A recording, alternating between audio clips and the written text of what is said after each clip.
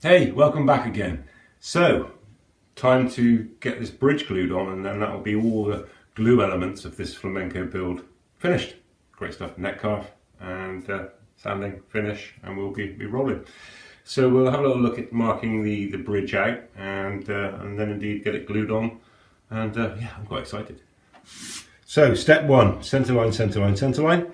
I've popped my centre line on, and I've, as you can see, popped some masking tape in the area where I'm going to be working so as not to overly mark the top at this stage, because it's a delicate piece of wood and needs to be protected. So centre line's gone in. The next point of reference that we need to achieve is going to be our scale length. So the scale length is 656 millimeters from the nut.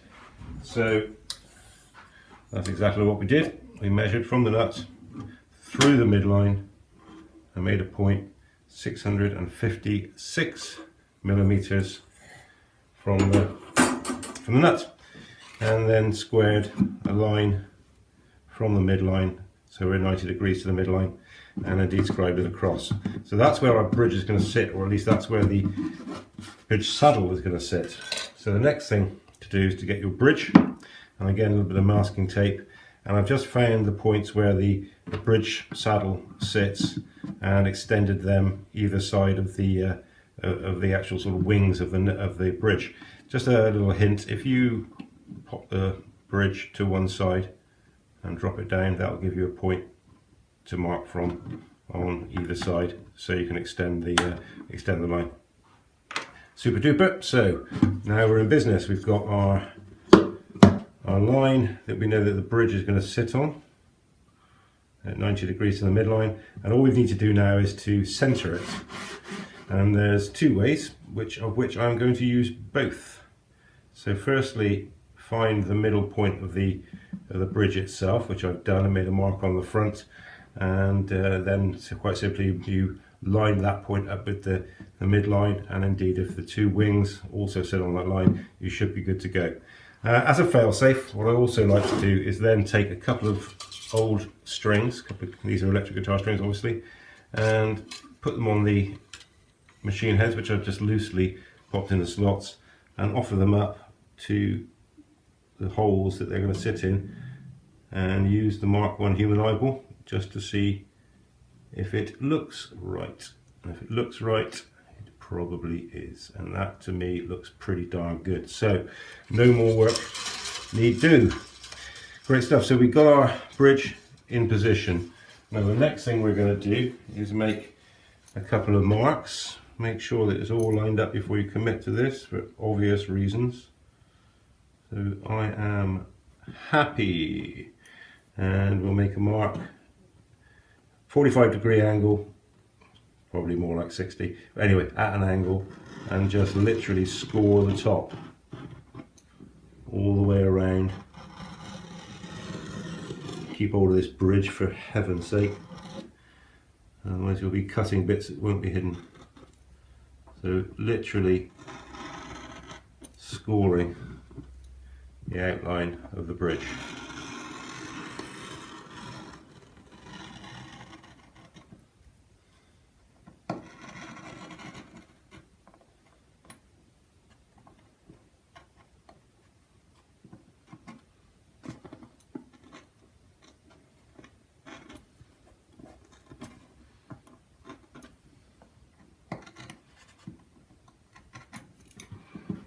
Super. So now if we remove the masking tape, famous last words, this is low tack masking tape, incidentally. Don't use the cheap stuff if you can possibly avoid it, for anything other than the masking tape and super glue technique. Remove the masking tape, we should have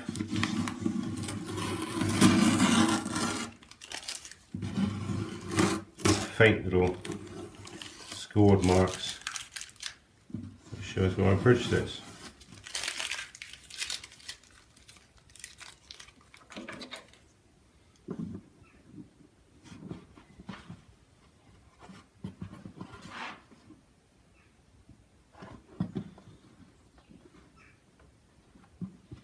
Brilliant. And I'm actually just going to slightly emphasise that because the masking tape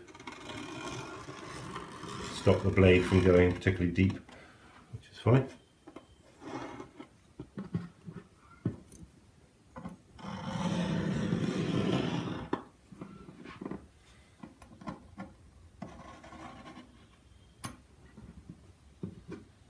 Great stuff, so we've got our outline. So all that remains now is to glue the little bugger down.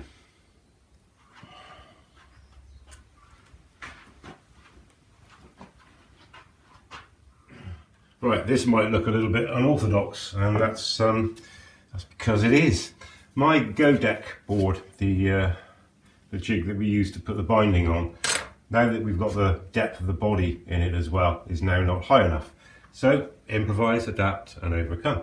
My overhead locker, however, with about 6 guitars worth of ash and Iruku to elevate the guitar to the right level, is going to give me enough height to be able to spring off the bottom of it and put some clamping pressure on. So yeah, that's what I'm going to use.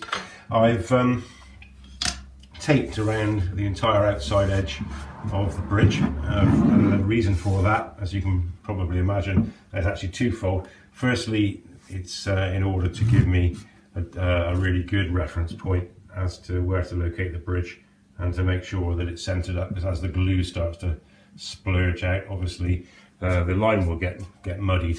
And the other thing is that as the squeeze out occurs, it will go over the masking tape and can be removed easily, so as to really sort of, make the cleanup effort a lot easier. So yeah, let's crack on and get some sticky stuff on this. Always makes me slightly nervous, this bit. Anybody that tells you that it doesn't is probably lying or just incredibly flash.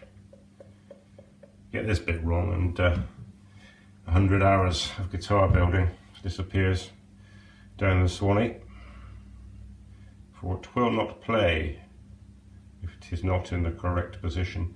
As usual, we're going to make sure that every part of the gluing surface has a good coverage of glue.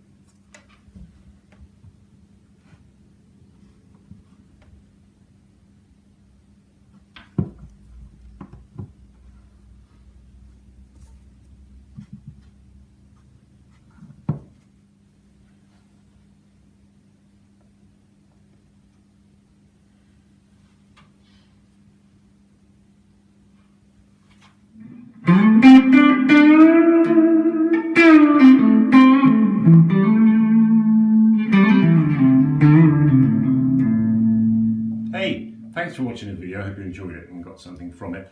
And indeed, if you did, then please subscribe to the channel and share, like, and leave some comments perhaps. Feedback is always great to have. So until next time, thanks very much for watching. See you again.